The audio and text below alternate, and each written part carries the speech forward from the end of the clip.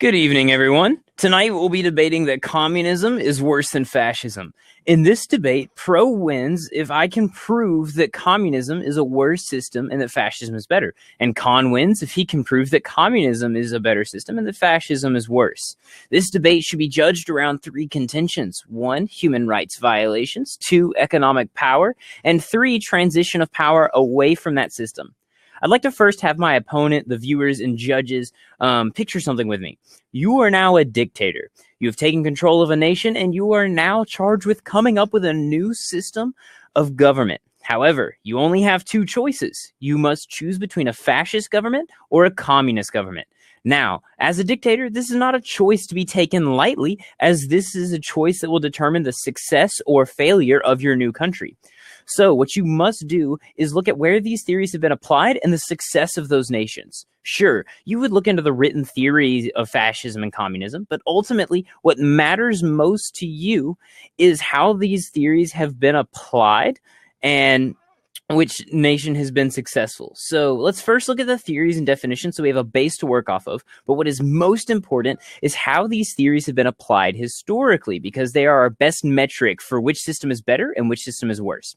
Fascism is defined as an economic system where the government controls the private entities and owns the factors of production. The four factors are entrepreneurship, capital goods, natural resources, and labor. A central planning authority directs company leaders to work in the national interest. Communism is defined as a system of social organization advocating class warfare in which all economic and social activity is controlled by a totalitarian state and dominated by a single and self-perpetuating political party. Now, these definitions are not without their importance. However, what matters most is how these theories have been applied. First, let's look at fascism. Probably the most well-known fascist states would be Nazi Germany, Italy under Mussolini, and Chile under Pinochet. Now, these nations are by no means flawless and committed huge violations of human rights. But under fascist rule, these nations saw massive economic progress and brought the country from economic collapse to thriving in very short periods. Compared to communism, where we see similar violations, if not worse violations of human rights in history, but we do not see economic growth. In fact, we often see huge collapse and starvation of the nation's citizenship. Now, this is a very important thing because we have to look at where these theories have been applied and whether or not this system is worse or better. And I'll pass it to you. Okay, thank you very much. Before I get into my argumentation against the resolution, I want to begin by presenting a sort of an observation about the resolution. Since we're going to be talking about political theory, I want to broadly categorize every government in the world into two categories. The first are voluntary forms of government, and the second are authoritarian. Voluntary forms of government are those which rest on the voluntary consent of the governed, meaning that people that live in those systems of government agree to be there. Authoritarian systems of government, on the other hand, are forms of government that impose their will on others through coercion and violence. It is my opinion that voluntary forms of government are good and morally correct, whereas authoritarian forms of government are violent and wrong. Now we're going to examine two contentions against the resolution. First, I want to talk about how fascism describes authoritarian communism, and then we're going to talk about voluntary communism. So I want to begin by objecting to your definition of fascism. And the reason is this: there is no scholarly consensus in the academic community on what fascism actually is. And the reason is that there is no central theory describing fascism and no central group of theorists who actually understand what it means. Fascism is a relatively new movement. Instead, in political science, we use fascism as an adjective to describe pre-existing regimes. And the reason is that fascism is relatively new. It was invented by Benito Mussolini in the early 20th century, and there hasn't been enough time for theory to develop around it. So in light of that, I would appeal to Mussolini's definition of what fascism is. He describes fascism in three principles. First, in his book, The Doctrine of Fascism in 1932, he describes fascism as first, everything within the state; second, nothing outside the state; and third, nothing against the state, meaning that fascist states control all of the means of production and all social interaction. Nothing outside the state matters. Rather, it is the job of the state to absorb everyone else.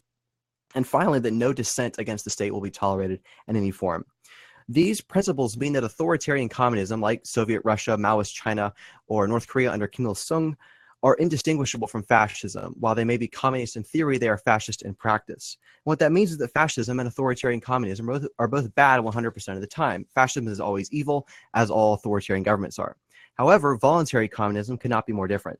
Voluntary communism was originally posed by Karl Marx, who believed that communism would form as a variety of social organization through what he described as the inevitable cycles of history.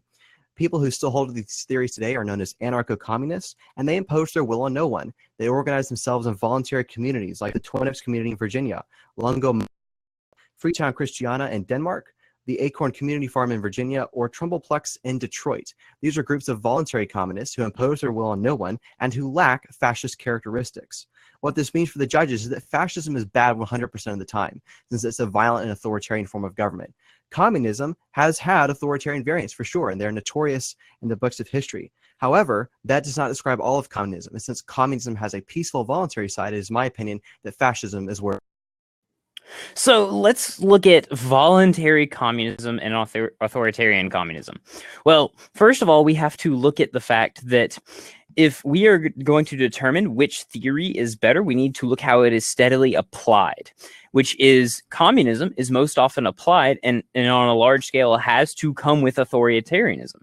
So just because communism has traits of fascism does not mean that it is fascist and therefore is worse, or to say that fascism it can umbrella under the Soviet Union and things like that, because fascism talks about the state control of private property, businesses, and things like that. So when you have a fascist state, it says, okay, you own this company, but we call the shots on these things. So we're saying that you need to be building these things or working your company in this way.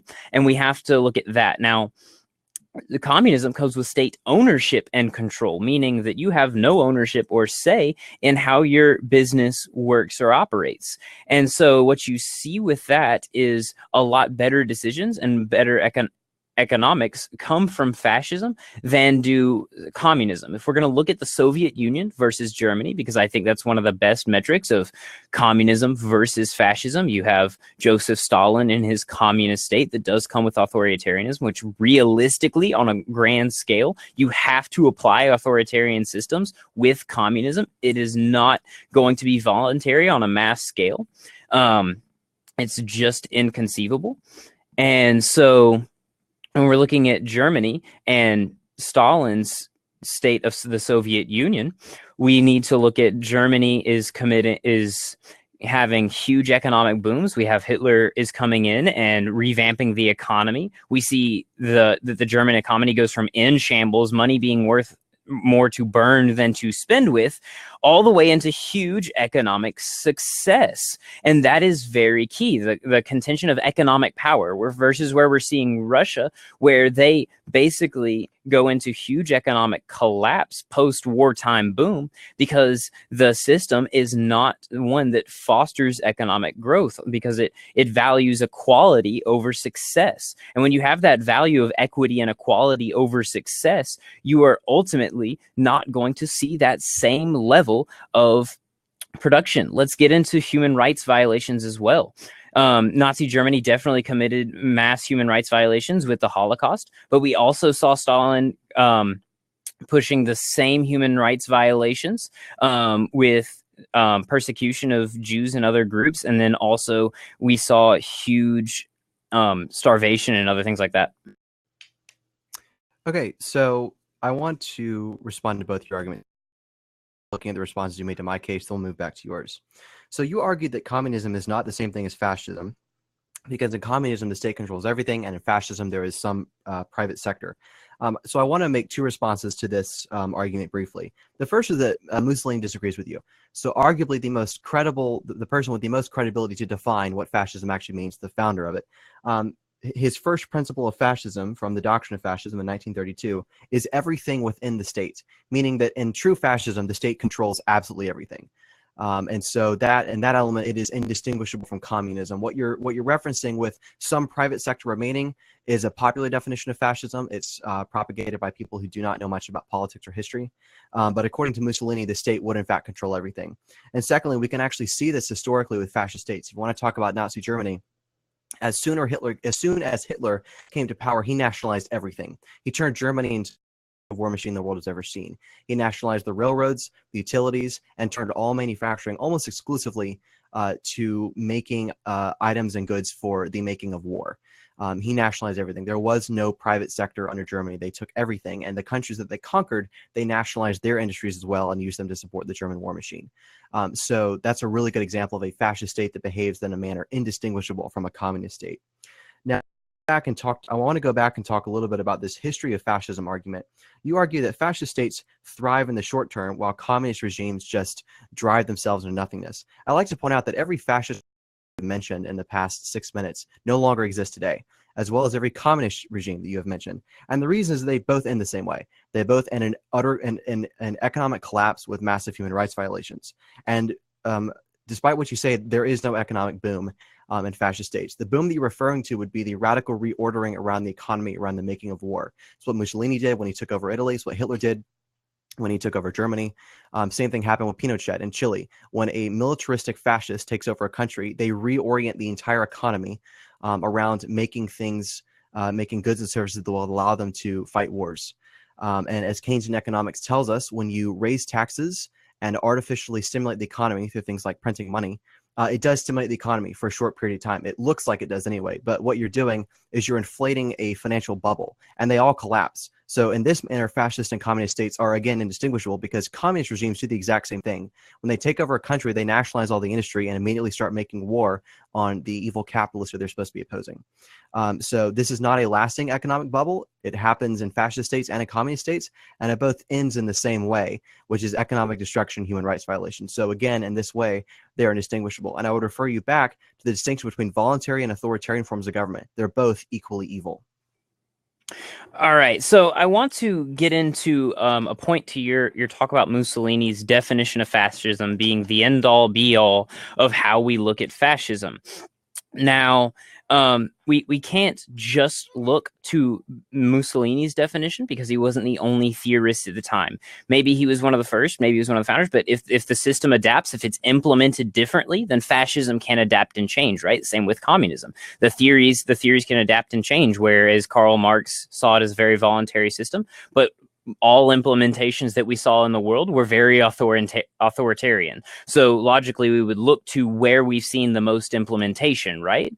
And so as far as looking at that, we have to look towards the fact that fascism does see economic growth. It may be a bubble. We haven't seen it work long enough to actually collapse or form. Usually it's because the state becomes very militarily active, and other countries come in and put them down, like we saw with Italy and also Germany. But we didn't see that in Chile because they might have boosted up a wartime economy, but you never saw Chile go in on a conquest, right? Like they weren't taking over other countries. So I think the wartime economy for Chile is a little fallacious. But I think we need to get back to my three contentions of economy, which I think I've laid out a case for, but human rights violations is a big one. I think that both fascist states and communist states have implemented human rights violations. I think that's certainly fair, but if we're going to look at the majority of deaths that are coming out of states, communist states, by and large, are hugely responsible for their citizens' deaths, whether it comes from persecution, like we saw in the Soviet Union, but also starvation because the system is collapsing and they can't even feed their people. So that's a huge issue there as well. And then we also want to talk about transition of power. When Chile transitioned from a fascist state to now it's leaning a free market state, capitalist state, we saw a fairly fair and peaceful transition of power overall. It wasn't neither a smooth rides, but we definitely see a much smoother ride of a transition of power away from these systems because ultimately we have an industry that's able to adapt. We have a powerhouse economy that's able to adapt into a free market quite easily. Now, if we're looking at communist states like the Soviet Union and Cuba, even with the the communist state of the Soviet Union transitioning away, they're still not doing well economically. They're still not a powerhouse because the transition just doesn't work smoothly. Okay, so I want to begin by discussing your arguments surrounding my definition. So you're correct. Mussolini is not the only fascist to have ever existed, but I do want to point out that we are debating a topic within political. My major now. When you look at an outdated historical movement like fascism, it's important to return to the foundational thinkers within the movement and define the movement as they did. Modern dictionaries are not written by political scientists, and so when you're discussing a very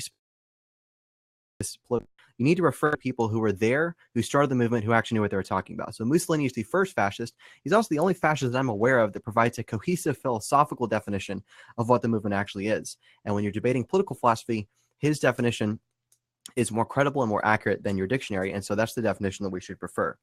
Now, your second argument is this response that theories changed, and you say that communism became authoritarian, and so it's reasonable to presume that fascism has changed as well. So first of all, theories do not change unless the original theorist who proposed them changes his theory.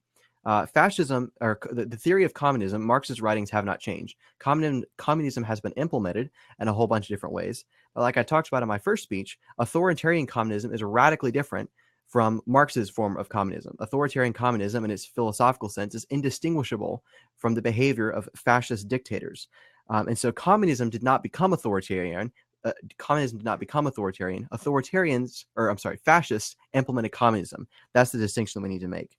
Now, you spent a while talking about human rights violation. You mentioned death and starvation. I'd like to point out two things. So first of all, the death and starvation of in authoritarian communist regimes is undeniably, it happened and is also awful. I'd like to point out that every fascist country that we've mentioned so far, except for Chile, the two important ones being Benito Mussolini's Italy and Hitler's Germany, experienced the same scale of starvation and famine and human rights violations that these communist countries experienced. Hitler's people were starving and dirt poor when World War II ended. The same thing happened in Italy. The same thing happened in wartime Japan during World War II. So I'd like to point out that the same things happen. The second response is that you still haven't provided original analysis for why there is a distinction between authoritarian communists and fascists, because I've made it very clear that they use the same elements of government. The state controls everything. The purpose of the state is to absorb other countries and force their ideology on them, and anyone who dissents will not be tolerated. That defines both fascism and authoritarian communism, so I'm still winning there. Now, I want to mention your transition of power. You mentioned that Pinochet peacefully transitioned power away. That is correct. I would respond with the example of Maoist China. China today is actually functions under the same constitution as it did in Mao's days. They just peacefully amended it and transitioned their form of government from a full communist state to what they now describe as state-led capitalism. That's actually an example of an even larger communist regime, an authoritarian one that transitioned its power. Well, let's look at China.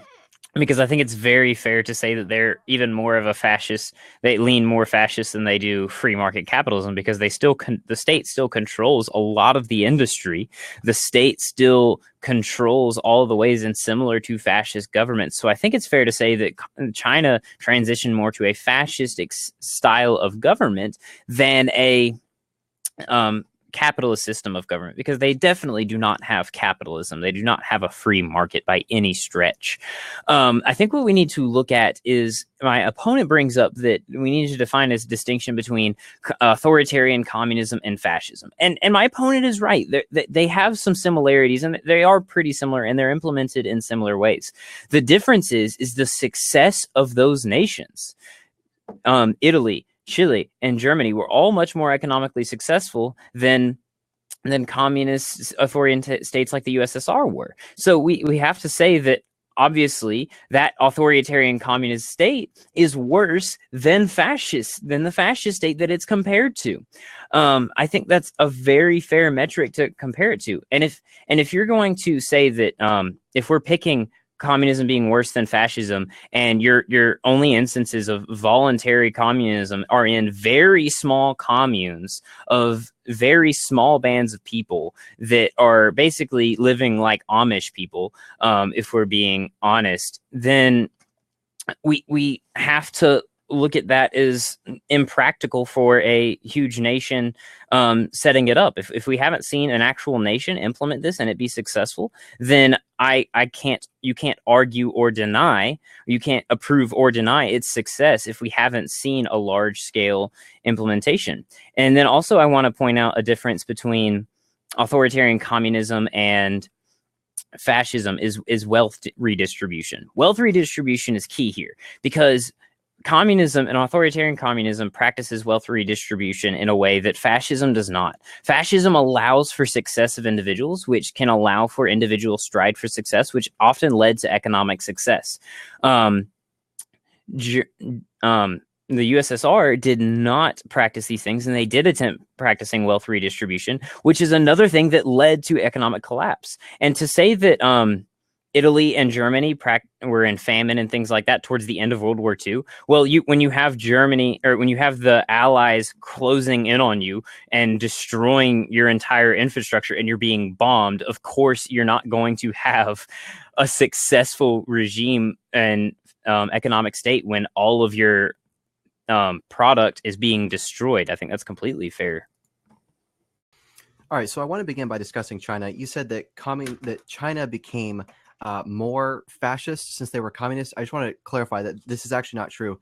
Maoist China transitioned philosophically away from communism. They are no longer a true communist state. They became less authoritarian and more capitalist, that's for sure. Political scientists, it is another open-ended discussion on what China actually is. But they are no longer classified as a second world country. The designation second world country was created specifically for communist regimes. So they're no longer considered communist, but they're also not considered fascist either. They're considered something that is leaning capitalist, but still authoritarian. Again, political scientists debate for hours and hours and hours on that. I want to begin by responding to your argument that the critical difference between what is communist and what is fascist is economic success. You continue to hold this economically fallacious argument that fascist regimes are actually successful and that communist regimes are not, and that's the critical difference. Let's examine history and see just how successful your examples of fascist regimes are. Your examples are Germany, Italy, and Chile. Okay, Germany and Italy combined lasted less than 10 years before they lost the war to the Allies and their people were dying of starvation and they had no money left. Okay, less than 10 years. Chile lasted 2 years before Pinochet peacefully transitioned power over to a more democratic regime. Let's look at your examples of authoritarian communists who failed. We have the USSR, who lasted for almost 40 years after World War II. We have Maoist China, which still exists today using a highly modified constitution and a different form of government.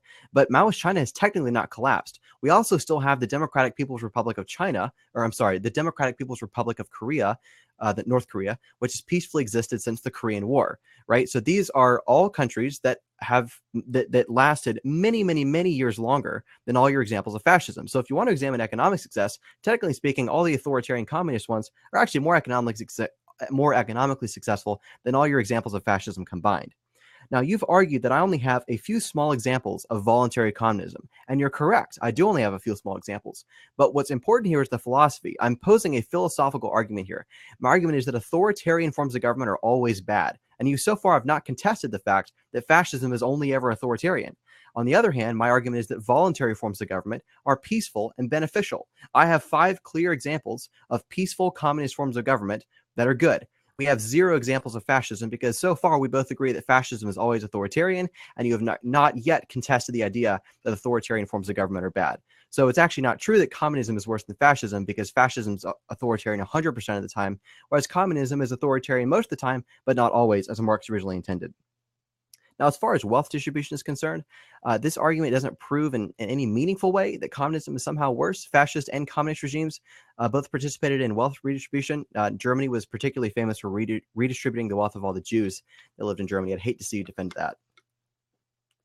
All right, so let's look at the first point of the economic success of the country. You mentioned that like Russia lasted for a long time. I want to quickly refute that Chile under Pinochet, he was under rule from 1973 to 1990. So that's not 2 years. That's a whole lot longer.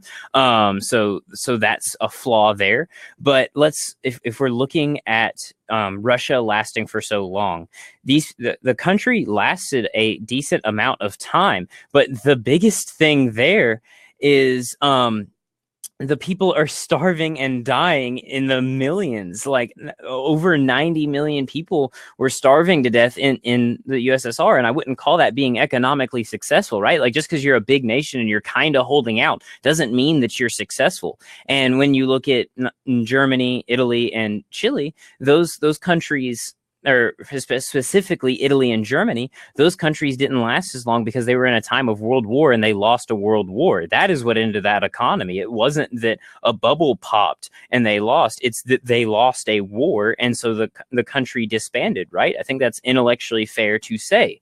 Now, the wealth redistribution of the Jews, I'm not going to defend, but we're looking at wealth redistribution of an entire nation. And I think that's on a very different scale of Hitler persecuting a group and then an economic policy for an entire nation. I think that that's a false comparison there when you have someone who specifically has a penalty towards that group. Now, I want to close with looking at overall practically communism being worse than fascism. Sure, my opponent brings up some very, very small communes that practice voluntary communism, but that is so small on a level that it's not measurable to the scale of the damages that are caused by communism. It's not enough to outweigh it and make it better than fascism in any way. We have to look at the fact that communism has created more people dead than fascism. That's just a fact of the matter, that communism and authoritarian communism has killed more people than fascism.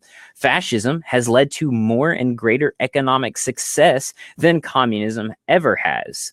And then also these transitions of powers as a general rule lead to a better government leaving that country than they were when than communism does. And then finally, if we're looking at China, China is a case of an authoritarian regime that now has control over, still has control over means of production, but leaves some power in the people. That seems like a definition of fascism to me. Okay, so I want to respond to all the arguments that have been brought up in the round so far with two voting issues for the judges. The first voting issue we're going to look at is economic success, what my opponent defined or described as the critical element to demonstrating why the resolution is true. Then secondly, we're going to examine the distinction between voluntary and authoritarian forms of government and explain why on a philosophical as well as a real-world level, the negative is winning the debate round today. Let's begin with economic success. My opponent has made the economically inaccurate argument for the entire debate round that fascist countries are vastly more economically successful than communist countries. Now, I'd like the judges to keep in mind he has three examples of his quote-unquote successful fascist regimes, those being Germany, Italy, and Chile. Those are his only three examples. So I'd like to point out that Italy and Germany as fascist countries lasted less than 10 years combined, and during that time committed massive scale human rights violations, atrocious crimes against humanity, ended with their people starving, with no economy left, and with hyperinflated currencies that left everyone broke and penniless. The only exception to this rule we have so far is Chile, which my opponent claims was under the rule of Pinochet for a lot longer than 2 years, but has no specifics on how successful their economy was. So I'd like to point out that as a general rule, fascist regimes are short-lived and suffer from the same economic terror that communist regimes do. Now, let's examine the long-term success of authoritarian communist regimes. We have the USSR, who actually beat America in the space race. They beat us to space. They didn't beat us to the moon. Lasted much longer than all the other fascist regimes we talked about combined, not even mentioning Maoist China and the Democratic People's Republic of Korea, aka North Korea, which still exists today as a communist country, though they use a variant of the philosophy called Juche. The point here is that communist regimes actually last much longer, generate much more revenue, and are actually better at winning wars than fascists are, which is kind of hilarious. But the point is that communist countries, if you look at it economically and historically, are technically more economically successful than the fascists are, and the data proves that. Now, the second voting issue, I think this is the most important one. I want to remind the judges of the distinction between voluntary and authoritarian forms of government. This analysis has gone uncontested by my opponent for the entire debate round. He has conceded that voluntary forms of government are good and authoritarian ones are bad. Imposing your will on others is evil, and living peaceably by yourselves is fine. I'd like to point out that we have yet to see meaningful analysis from my opponent on why fascist regimes are somehow distinguishable from communism, from authoritarian communism. I point you back to my three standards from Benito Mussolini in the doctrine of fascism: everything within the state, nothing outside the state, and nothing against the state, meaning that dissent against the state is not tolerated. All industry within the state is controlled by the state and owned by the state, and nothing outside the state matters. This defines authoritarian communism. However, I've also provided you with clear historical examples of peaceful communist communities who live by themselves and impose their will on no one. This means that fascism is bad all of the time, and communism, while undeniably bad most of the time, has clear examples of peaceful voluntary government, which my opponent has conceded are good, and therefore the resolution is false. My opponent has brought up some very small examples of communism working and being effective. But if he can't bring up an example larger than a small commune that is lasting on a group, then